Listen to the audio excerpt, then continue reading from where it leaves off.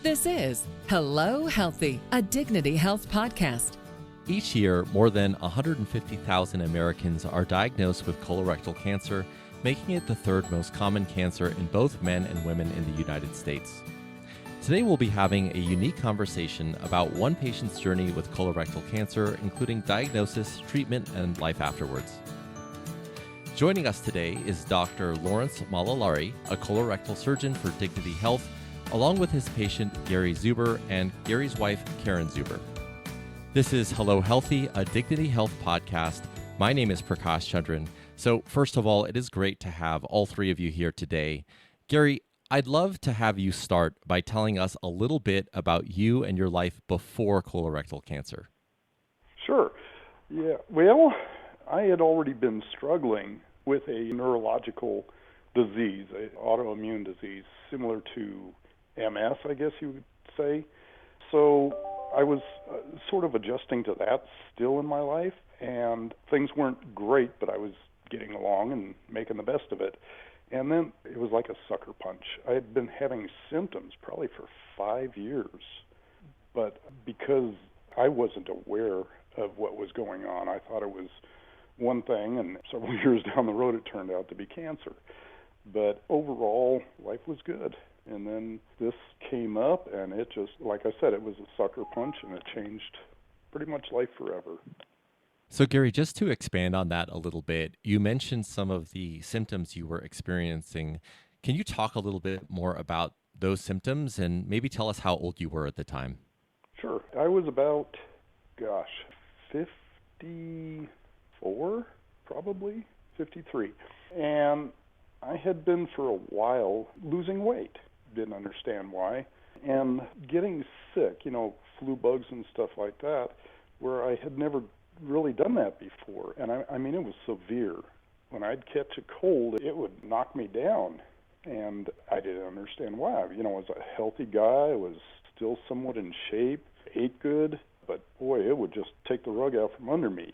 And then I started bleeding rectally. And I would inform my doctor of this, but it was like, well, you just have hemorrhoids. And I kept saying, well, it's bad. And again, I didn't understand, or I don't know how hemorrhoids work. Okay, I just figured that's a normal thing for people to have, and that's what I'm stuck with. But then it got to the point where I was hemorrhaging. So I went in to get a colonoscopy, and they just came back with the diagnosis that I had very bad hemorrhoids. So I thought, okay, well, this is life. Got to deal with it and live with it.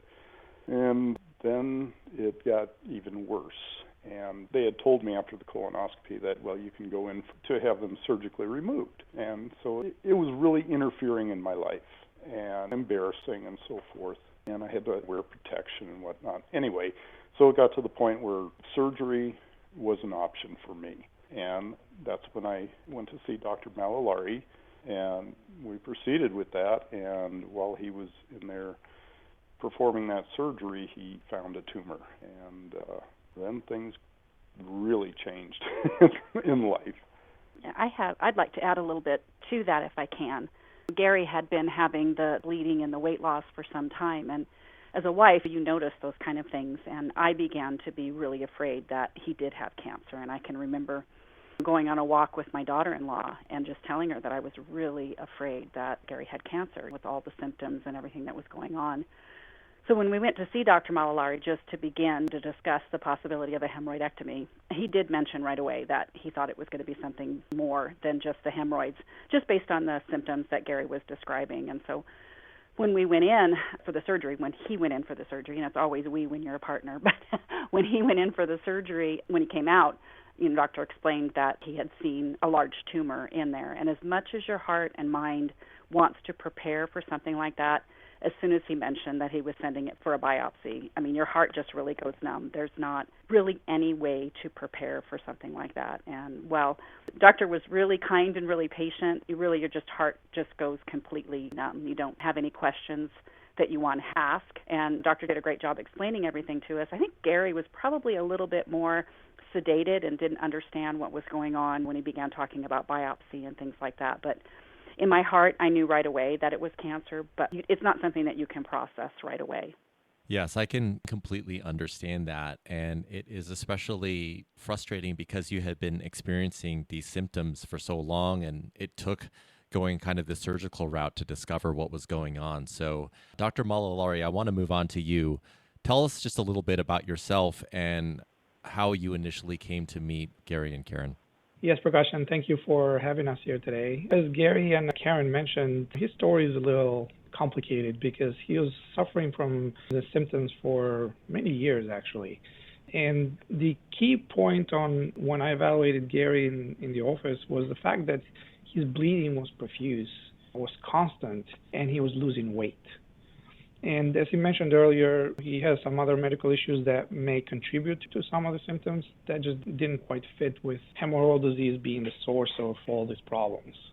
And Karen probably remembers when I first saw them in the office that I doubted that the hemorrhoidectomy would be the solution to these problems because the symptoms didn't quite fit with that diagnosis. But initial examination did noted hemorrhoids on his exam, and 9 times out of 10, bleeding per rectum, it is hemorrhoids in most people. So we proceeded with an examination under anesthesia, and immediately looking deep in Gary's rectum over there, I found a mass, which visually was consistent with cancer, but obviously we had to confirm it with a biopsy. The story then made sense. Once that piece of information came about, that every symptom that Gary was experiencing and was having kind of fit with what I was seeing in the OR. Karen, you were just talking about that heart sinking moment when you knew the tumor had to be sent in for a biopsy.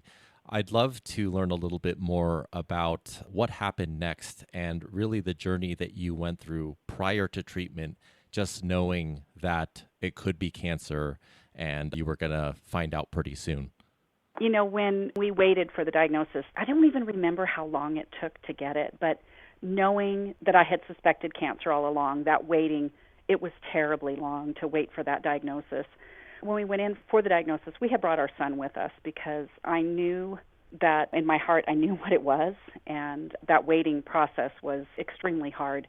While we were waiting for the treatment, I began to research it. So after we met with Dr. Malalari, he gave us the diagnosis, he gave us the treatment plan. I began researching right away what life was going to be like for Gary. I have a family member that has an ostomy, and so to me, understanding what he was going to go through was critically important to be able to help him go through the journey. You know, really the waiting for the treatment was probably the hardest part for me. You're very apprehensive, you're very nervous, you're very edgy waiting for that. And the waiting for treatment to me was terrible. And I have to be honest, I was terrible. Dr. Malalari can probably tell you that I was on edge every time we met. And it was that I got to get him treated. I want to get him treated. And just knowing that he'd had it in there for so long, I wanted to get it out of there as fast as I could. I was just terrified. So, Gary, it's obviously interesting hearing Karen's perspective. You had people that were there and that were supporting you, but going through it yourself. Talk to us a little bit about how you were feeling prior to treatment and what it was like for you when Dr. Malalari said that they needed to send the tumor in for biopsy. Well, if anybody else is going through this or is going to get results or whatever through their doctor, I would strongly suggest bringing somebody with you, because you just can't absorb everything that's being told to you. And it's almost like you put up a wall because you don't want to accept this information. So bring somebody with you that can listen and understand. Because in my case anyway, like I said, I put up a wall. I didn't want to hear anything. I instantly got mad. Not at Dr. Malalari, of course, but just at the situation. I was mad because that only happens to other people, not me. You know, and I guess that's my defense throughout life. You learn that's your coping mechanism, let's say. But in a sense, it helped me get through the whole process. Again, bring somebody in there with you to digest what's being told to you. Dr. Malalari, I'd like to move to you now. Can you tell us a little bit just around how colorectal cancer is typically treated? And then I'd love to hear a little bit more about Gary's treatment plan specifically. Yes, absolutely. So as you mentioned at the beginning, colorectal cancer is a very common cancer, unfortunately. It's the third most diagnosed cancer in the United States, but it's the second leading cause of cancer-related deaths in the United States, which is an eye-opening number when you hear it. But it's a cancer that we know exactly where it occurs, how it occurs, and how to find it. There's numerous tests that are currently available to test and identify colorectal cancer. The one that most people are, at least have heard about, is colonoscopy, which is basically placement of a camera inside of the rectum and colon and a visual evaluation of that area. There's other tests that include stool tests where you send a sample to the lab for testing. And there's also radiological tests, or what they're called virtual colonoscopies, where we use images from a CAT scan machine to look for abnormalities in the colon and the rectum area. The difference between some of these tests vary between ability to diagnose the problem and also treat them or manage the problem. Colonoscopy is basically the gold standard for it because it doesn't just identify the abnormality, but can also either biopsy or remove the lesion or the tumor. The other test will be basically diagnostic only. As far as Gary is concerned, his pathway was a bit difficult because he had actually had a screening test done, I think it was about a year or so before I met him, which had been negative. And it's a little unusual to have that happen and then develop cancer a year later. The other aspect of this is that Gary was fairly young for getting this diagnosis, but the majority of patients that we diagnose with colorectal cancers are in their late 50s, early 60s, at least in the United States. He kind of ended up being a little on the younger side, but the fact that the initial screening test was negative kind of threw us off a little bit as far as making the diagnosis. As far as the treatment plan that proceeded once we identified the tumor, Gary's cancer was located in the rectum, so this was basically a rectal cancer. And treatment plan included evaluating the extent of the cancer, what's called staging the cancer at that point. And because of the results of that staging workup, Gary required treatment for the cancer, namely chemotherapy and radiation treatment, prior to proceeding with surgical resection of the rectum where the cancer was located. And this is not a treatment that happens immediately. It doesn't take a couple of days or a week or even a month to complete. It's a bit of a long road to go through all the steps of the treatment, and patience is obviously needed, but as you heard Karen and Gary mention, it's difficult to do that when you're dealing with a family member or with your own body especially. So it's always important to have that support mechanism and support system around you to help you go through this. Gary, now that you are on the other side of this treatment, which sounds like it was a little bit longer than a normal treatment might be, share a little bit about what your life is like now, and really just anything that you'd like the general public to know about your experience. At the time going through the treatment, there were times when, attitude plays a huge portion in going through this. For the most part, I tried to be upbeat, but there was times that it was like, just take me now. I was so miserable. But looking back, I have a life. I'm alive because of the treatment and so forth that I went through. I can see tomorrow. We have grandchildren, and every day is precious. I mean, there are still bumps in the road. I won't lie. It's not just a walk in the park. There's still obstacles, but I wouldn't trade it for the alternative, that's for sure. I'm able to do things. I'm able to work out again. I'm able to go on little hikes, just going out to dinner with my wife or whatever. I have life, and that can't be replaced. I'd like to add just briefly to that. When you go through the process, it just seems like it's going to be something that's going to alter your life permanently. But it really does take about a year to get adjusted to the changes in your body. And that doesn't mean that it's perfect after that, but really just be patient with yourself, be patient with your spouse as they go through it. The adjustment to the surgery was major. It was a significant change for Gary's life. And just being patient, my advice would be get your checks, get your screens done. If your doctor recommends it, get your screens done. And if something doesn't seem right, go back to your doctor. If you're still having trouble and you don't think that maybe your body's not working the way it should, just go back and see your doctor. Get your scans. And this is something that it's avoidable. If you catch it early, you can avoid the whole surgery. But If you do have to have surgery, life does return to near normal. I think Gary and I are closer after this process, and some people are so afraid what it's going to do to their relationship. It hasn't impacted ours negatively at all. So, Dr. Malalari, given what you've learned from your many years of experience, as well as the experience you went through with Gary and Karen, what would you like the community to know about colorectal cancer? Prakash, colorectal cancer is one of those diseases that it's preventable.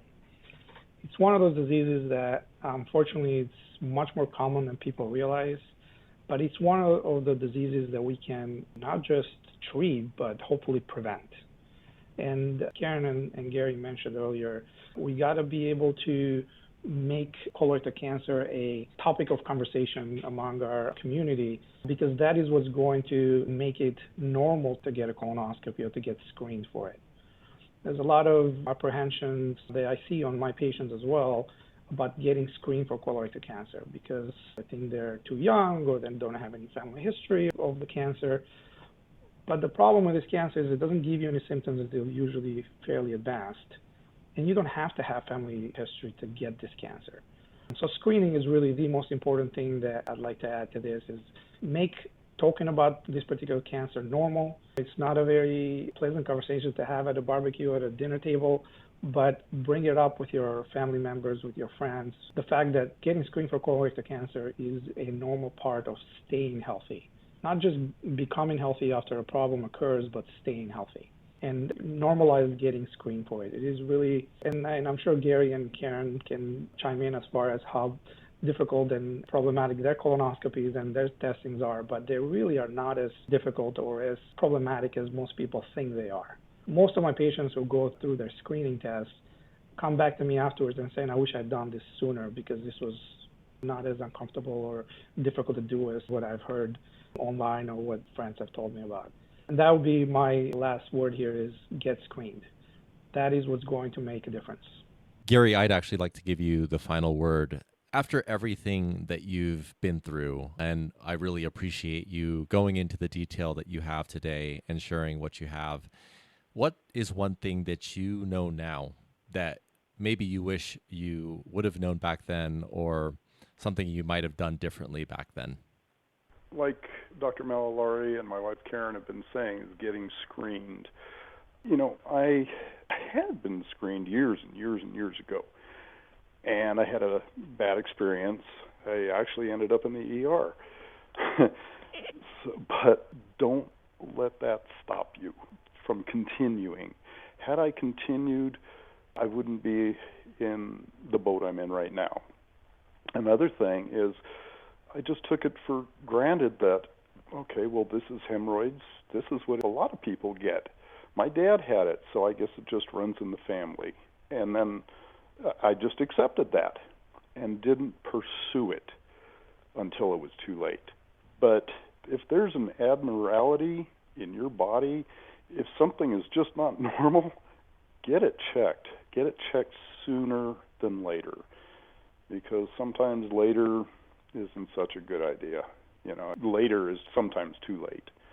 Had I pursued it, had I not had excuses for not pursuing it, again, like I said, I might not be in the boat I'm in right now. Well, Dr. Malalari, Gary, and Karen, this has been truly insightful, and I really appreciate your time today and just being so open about things.